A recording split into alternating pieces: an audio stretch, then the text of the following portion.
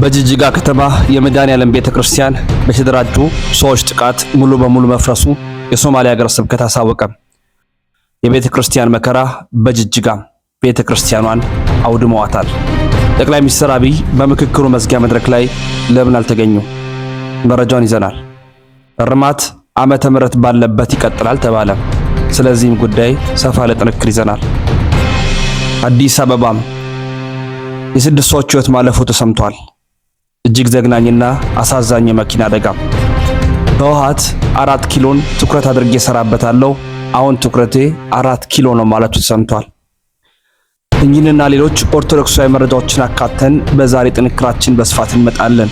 የተወደዳችሁ ኢትዮጵያውያን ይህን መረጃ የምትሰሙላችሁም መረጃው በአስቸኳይ ለሁሉም እንዲዳረስ ላይክ አድርጉልን። የዩቲዩብ አልጎሪዝም ላይክ ስታደርጉ መረጃውን ለመላው ዓለም ያዳርሳል። እንዲሁም ሰብስክራይብ በማድረግ በየዕለቱ የሚወጡትን መረጃ ከማስረጃ ጭምር አስደግፈን የምናቀርባቸውን ዜናዎች እንድትከታተሉ የጋበዝን ወደ ዝርዝር ጥንክራችን በቀጥታ አመራን። ከሁሉ በቅድሚያ አሳዛኙ በሶማሌ ክልል የተደረገው ዘግናኙ የቤተ ክርስቲያን ውድመት። በቪዲዮ የምትመለከቱት የቤተ ክርስቲያን ውድመት ኤአይ አይደለም፣ እውነተኛ መረጃና ማስረጃ እንጂ። የቤተ ክርስቲያን መከራ በጅጅጋ በዚህ መልኩ አፍርሰውታል።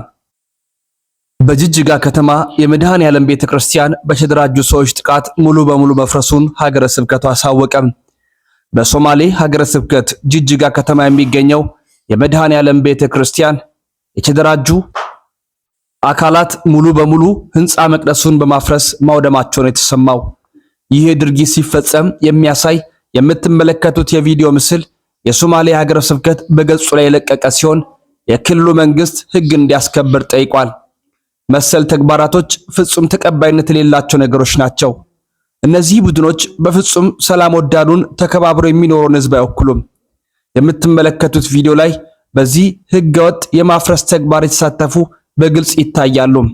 የሶማሌ ክልል ጸጥታ አካላት በቁጥጥር ስር አውሎ ተገቢውን ህግ የማስከበር ስራውን እንዲሰራ ከወዲሁ ጥያቄ ቀርቧል። ቤተ ክርስቲያን መከራ ውስጥ ናት። እጅግ ልብ የሚሰብር የሚያሳዝን መረጃ ነው። በቀጣይ አስቀድመን በቀጥሩ መረጃችን ዓመተ ምህረት ይቅር በመትኩ ኢአይ ወይንም እንደ ኢትዮጵያን አቆጣጠር የሚለው ይቀመጥ የሚል ዜና መዘገባችን ይታወሳል። አሁን በደረሰን መረጃ ደግሞ መሰረት እርማት ተሰጥቶበታል። ዓመተ ምህረት የሚለው ባለበት እንዲቀጥል የኢትዮጵያ የዘመን አቆጣጠርን በተመለከተ በአገራዊ ምክክር በተመካካሪዎች መካከል የተደረሰው መግባባት አም የሚለው አቆጣጠር እንዳለ ሆኖ በተጨማሪነት የኢትዮጵያ አቆጣጠር ኢአ የሚለው መጠሪያ እንዲካተትና በሂደትም የሂጅራ ካላንደርና የግሪኮሪያን እንደ ኢሮፒያን አቆጣጠር ወይንም በምህጻረ ቃል ኢኤአ መጠቀም እንደሚቻል ከመግባባት ላይ ተደርሷል። ቀደም ሲል በእርግጥ ምንጮችን ጠቅሰን መረጃ ማስረጃ ማቅረባችን የሚታወስ ሲሆን አሁን ደግሞ እንዲታረም ከይቅርታ ጋር ለመግለጥ እንወዳለን። በቀጣይ በአዲስ አበባ የሰማነው አሳዛኝ አደጋም። በአዲስ አበባ ከተማ በደረሰ አሰቃቂ የመንገድ ትራፊክ አደጋ የስድስት ሰዎች ሕይወት ማለፉን የአዲስ አበባ ፖሊስ ዋና ጠቅላይ መምሪያ አሳውቋል። ቦሌ ክፍለ ከተማ ወረዳ 11 ልዩ ቦታው ቅድስት ኪዳነ ምሕረት ቤተክርስቲያን አካባቢም ዛሬ ነሐሴ 18 ቀን 2018 ዓ.ም ከጠዋቱ 1 ሰዓት ከ50 ላይ ከኮየ ፈጬ ወደ ጎሮ ይጓዝ የነበረ የሰሌዳ ቁጥሩ ኮድ 305997 ትግ የሆነ ሚኒባስ ታክሲ ተሽከርካሪው በተጠቀሰው ቦታ ላይ ሲጓዝ በመንገድ ስራ ላይ የነበረ ስካቫተር ማሽን መቆፈሪያው አካሉ በታክሲው ላይ በመውደቁ ምክንያት አደጋው ሊከሰት ችሏል። በታክሲ ውስጥ ከነበሩት መካከል የአምስት ወንዶችና የአንድ ሴት በድምሩ የስድስት ሰዎች ሕይወት አልፏል። ሌሎች በታክሲ ውስጥ የነበሩት ተሳፋሪዎች ከባድና ቀላል የአካል ጉዳት እንደደረሰባቸው ለማወቅ ተችሏል። ወደ ሕክምናም ሄደው ክትትል እየተደረገባቸው ይገኛል። የአዲስ አበባ ፖሊስ የአደጋውን መንስኤ አሁንም እያጣራው ነው ሲል መናገሩ ታውቋል። እስካሁን ግን የደረሰ መረጃ የለም። በሌላ መረጃችን አሁን ትኩረቴ 4 ኪሎ ላይ ነው ሲል ህወሓት ገልጿል። ህወሓት የሰላም ንግግር የሚባል ነገር የለም 4 ኪሎን መቆጣጠር ነው ዓላማዬ ሲል ተናግሯል። ህወሓት በቀጣዩ ሳምንት በኬንያ እንደሚካሄድ በአደራዳሪዎች የቀረበለት አዲሱ የሰላም የውይይት ሐሳብ ሙሉ በሙሉ ውድቅ ማድረጉን ዘገባዎች ጠቁመዋል። 4 ኪሎን መቆጣጠር ነው ዓላማችን፣ ንግግር ድርድር የሚባል የለም ብሏል። ለንግግር ጊዜ መሽቷል ያለው ህወሓት የትግል ምዕራፎቹን ቀይረዋል። በፊት ተፈናቃይ ለመመለስ፣ በመቀጠል የጊዜ አስተዳደሩን በፊት አቶ ጌታቸው ረዳ ኋላም ጄኔራል ታደሰ ወረደን መባረራቸው የሚታወስ ሲሆን አሁን እኛ ያንን አንዘነጋም፣ አሁን 4 ኪሎን መቆጣጠር ነው ዓላማችን ሲሉ ተነስተዋል። ህወሓት በአሁኑ ወቅት የፌዴራል መንግስት ስልጣን በኃይል መቆጣጠር ፍላጎት እንዳለውና ከ4 ኪሎ ውጪ ሌላ መዳረሻ የለኝም የሚል አቋም በማንጸባረቅ ለሰላም በሩን መዝጋቱን ተናግሯል። በመንግስት በኩል ለኬንያው አዎንታዊ ምላሽ መገኘት የተጠቆመ ሲሆን ህወሓት ግን በሩን ዘግቷል የተባለው የትግራይ ኮሚኒኬሽን ጉዳዮች ቢሮ ኃላፊ ዶክተር አብርሃም አጎስ ለጋዜጠኞች ዛሬ በሰጡት መግለጫ የሰላም ስምምነት ድርድር እየተካሄደ ነው፣ የትግራይ መንግስት ልዑካን ወደ ኬንያ ሄደዋል፣ አደራዳሪዎች ወደ ትግራይ ገብተዋል የሚሉት ሌሎች ወሬዎችን ከእውነት የራቁና ትግላችንን ለማለሳለስ በጠላቶች ሆነ ተብሎ የተፈጠሩ ናቸው ሲሉ ተናግረዋል። በመሆኑም አሁን ትኩረቴ 4 ኪሎ ነው ማለቱ ታውቋል። ብዙዎችን ያነጋገር የነበረው ጉዳይ ጠቅላይ ሚኒስትር ዶክተር አብይ አህመድ በምክክሩ መዝጊያ መድረክ ለምን አልተገኙም? ጠቅላይ ሚኒስትር አብይ አህመድ ዶክተር ነሐሴ 16 በተጠናቀቀው የሀገራዊ ምክክር ጉባኤ ላይ አለመገኘታቸው ታውቋል። ጠቅላይ ሚኒስትር አብይ ይህ ኮሚሽን በወርሃ ታህሳስ 2014 ዓ.ም አዋጅ ጸድቆለት በዚያው ዓመት በየካቲት ወር ስራውን በይፋ ከጀመረበት ጊዜ አንስቶ የተለያዩ አስተያየቶችን ሲሰጡ የመንግስታቸውን የፓርቲያቸውን ብልጽግናን አቋም ሲያንጸባርቁ ቢከርሙም ነገር ግን በማጠናቀቂያው መድረክ ላይ አልተገኙም። በዚህ መድረክ የቀድሞ የናይጄሪያ ፕሬዝዳንትና የአፍሪካ ህብረት የቀንዱ ልዩ መልእክተኛ ኦሉሴጉን ኦባሳንጆ፣ የቀድሞ የኬንያ ፕሬዝዳንት፣ የፕሪቶሪያ ዘላቂ ግጭት ማስቆም ስምምነት አደራዳሪ ቡድን አባል ሁሩ ኬንያታ፣ ምክትል ጠቅላይ ሚኒስትር ተመስገን ጥሩነህን ጨምሮ የክልል ርዕሳነ መስተዳድር ከንቲባዎችና ባለስልጣናት ቢታደሙም ጠቅላይ ሚኒስትር አብይ ግን በበረሃ ግብሩ ተገኝተው ንግግር አልደረጉም። የጠቅላይ ሚኒስትሩን አለመገኘት በተመለከተ የመንግስት ኮሚኒኬሽን አገልግሎትም ሆነ ጽህፈት ቤታቸው አሊያም ሌላ መንግስታዊ አካል ቢያንስ ይህን ዘገባ እስካጠናከርንበት ጊዜ ድረስ ያሉት አንዳች ነገር የለም። በተረጋገጡና ሚሊዮኖች በሚከታተሏቸው የማህበራዊ ሚዲያ ገጾቻቸው የሀገራዊ ምክክሩን መዝጊያ መርሃ ግብርን በተመለከተ ምንም አላሉም። ይህ ብቻ ሳይሆን በእነዚህ የማህበራዊ መገናኛ ዘዴዎች ገጾቻቸው መልእክት ካሳፈሩ 10 ቀናት ተቆጥረዋል። እሳቸው በማጠናቀቂያ መድረኩ ባይገኙም መንግስታቸውም ያልታደሙበትን ምክንያት ባይገልጽም አሁን በደረሰን መረጃ መሰረት ግን ጠቅላይ ሚኒስትሩ ያልተገኙበት ምክንያትን በተመለከተ ብዙዎች ሐሳቦቻቸውን እየሰነዘሩ ይገኛሉ። አንዳንዶች ምናልባትም ጠቅላይ ሚኒስትሩ በሕክምና ላይ ናቸው ወይም ሀገር ውስጥ የሉም የሚሉ መላምቶችን እያስቀመጡ ነው። በመሆኑም እናንተስ ምን ትላላችሁ? ሐሳቦቻችሁን በኮሜንት አስቀምጡልን። የጠቅላይ ሚኒስትር አብይ አህመድ ለ10 ቀናት በማህበራዊ ሚዲያ ለመታየት እንዲሁም በምክክር ኮሚሽኑ ላይ ያለመገኘት አንዳች ነገር ይኖር ይሆንን?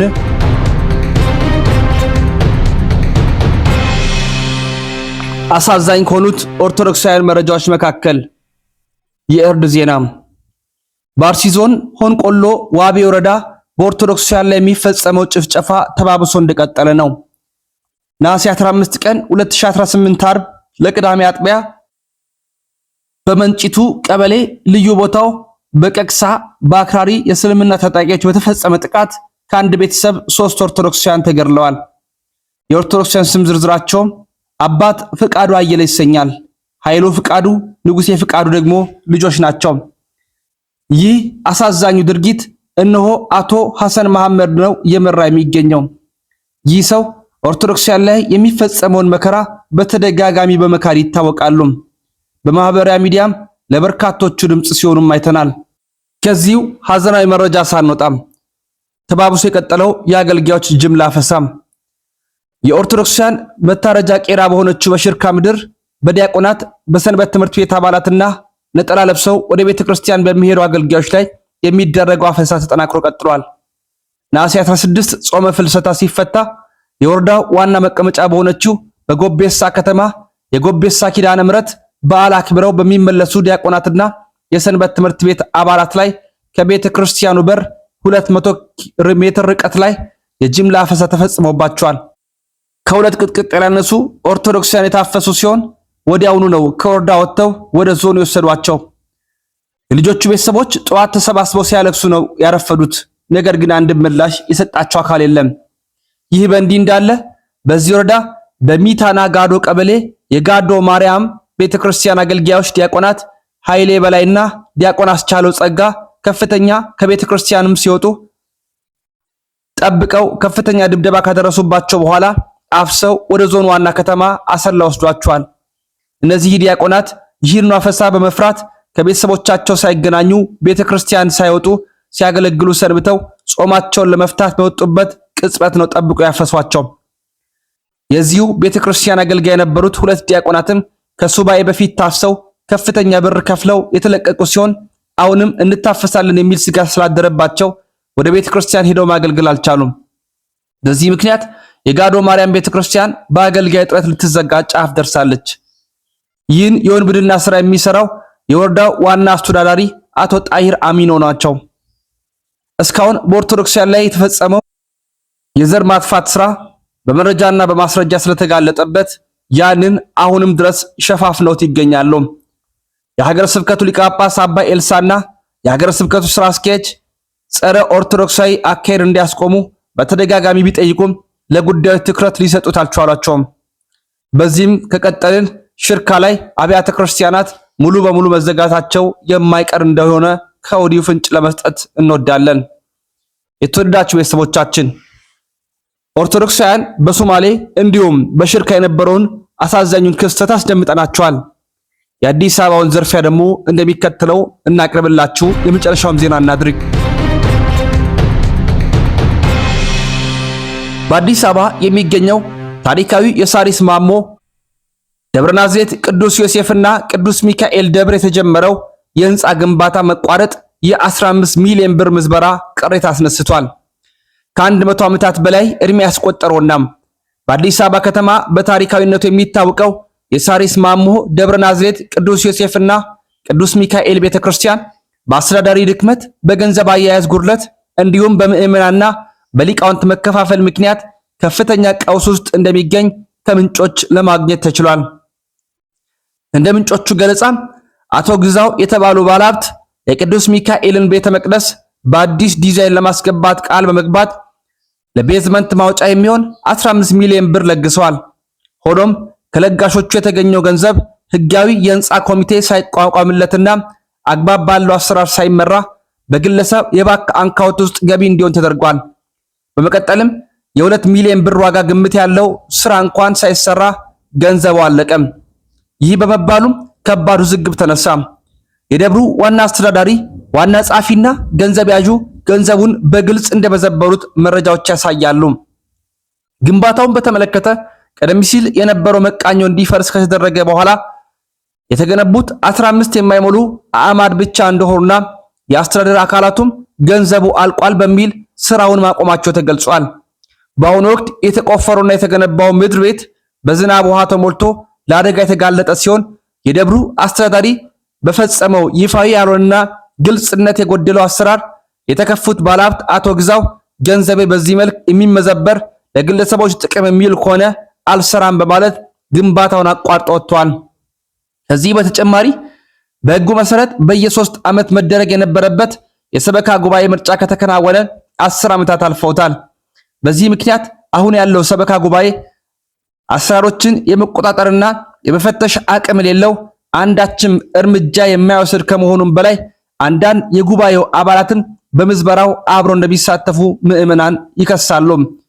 በቅርቡ የተመደቡት ዋና አስተዳዳሪ ከዚህ ቀደም በዓለም ባንክ፣ ስላሴ እንዲሁም በጴጥሮስ ጳውሎስ አብያተ ክርስቲያናት በነበራቸው 1 ዓመት ያልሞላ የአገልግሎት ዘመን ሰራተኞችን በጎጥ በመከፋፈልና ጥያቄ የሚያነሱትን በማሳሰር የሚታወቁ በመሆናቸው በአንድ ደብር ላይ ከ1 ዓመት በላይ መቆየት የማይችሉና ለዚህ ታሪካዊ ደብር የሚመጥን ዕውቅና ስነ ምግባር የሌላቸው በመሆናቸው በርካቶች ይወቅሳቸዋል። ይህ የአስተዳደር ክፍተት ደብሩን በአንድ ጀንበር ባዶ ያስቀረ ቢሆንም ጉዳዩ በኃላፊነት ይዞ የፈተሸና የጠየቀ የበላይ አካል አለመኖሩ በምዕመናን ዘንድ ከፍተኛ ቅሬታን ፈጥሯል። በመሆኑም ሊቃውንት፣ ምዕመናንና የአካባቢው ነዋሪዎች የሚመለከተው የበላይ የቤተ ክህነት አካል በጉዳዩ ላይ አስቸኳይ ማጣራት እንዲያደርግና የታሪካዊውን ደብር ክብርና ንብረት እንዲታደግ በጥብቅ እያሳሰቡ ይገኛሉ። በቤተ ክህነቱ በተለይም በአስተዳደር ቦታ ላይ ያሉት አባት ነን የሚባሉት እንዴት ባለ መልኩ ቤተ ክርስቲያኗን እርቃን እንዳስቀሩ ተመልከቱ። ሐሳብ አስተያየቶቻችሁን እንጠብቃለን። በኮሜንት ሁላችሁም እንድትጽፉ እየጋበዝ በቀሪ መረጃችን እስክንመለስ ተሰነባበትን። ሰናይ ቆይታ ይሁንላችሁ።